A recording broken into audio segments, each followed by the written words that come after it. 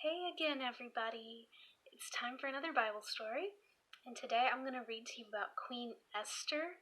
And I'm reading it because Esther's one of my favorite ladies from the Bible.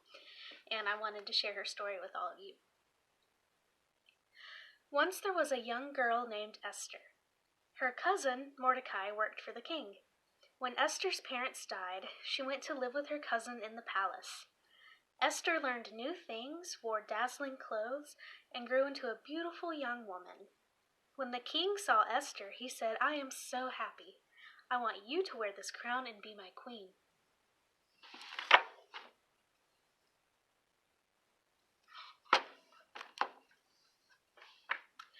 Now Esther and Mordecai were Jews, and many people did not like Mordecai or the Jewish people.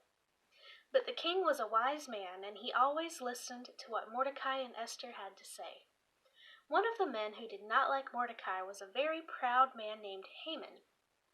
One day the king said, "I am giving Haman a special job, and because he is so important, everyone should kneel and bow down to him."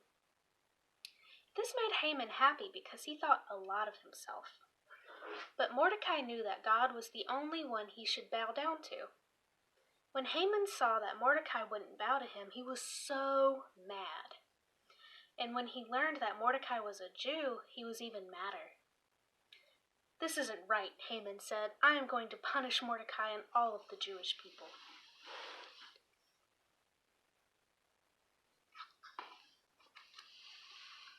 Haman's not very nice. Haman saw that the king loved Esther and that he listened to Mordecai, and this also made him angry. Haman knew that they were Jews, so he planned for all of the Jews to be killed. But Esther was smarter than Haman.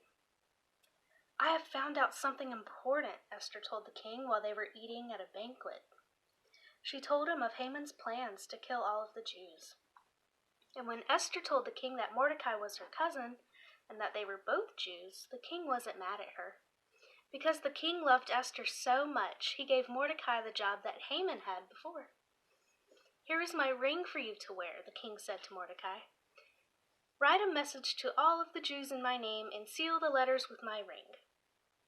The letters that Mordecai wrote went to the people all across the land, and they celebrated with music, feasting, and dancing. "Hurrah for Queen Esther," the people cheered.